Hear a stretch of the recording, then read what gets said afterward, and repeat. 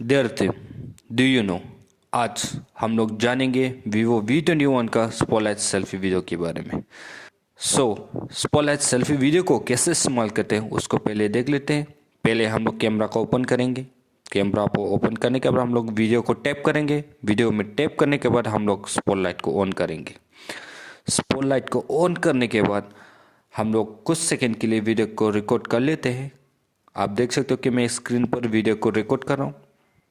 Video record करने के बाद आप वो वाला वीडियो जो है जो रिकॉर्ड किया गया है मैं आपको प्ले करके दिखाता हूँ। आपको देख सकते हो कि कितना अच्छा वीडियो निखर कर आप स्क्रीन पर दिखाई दे रहे हो कि कितना अच्छा क्वालिटी का वीडियो आपको देखने को मिल रहा है।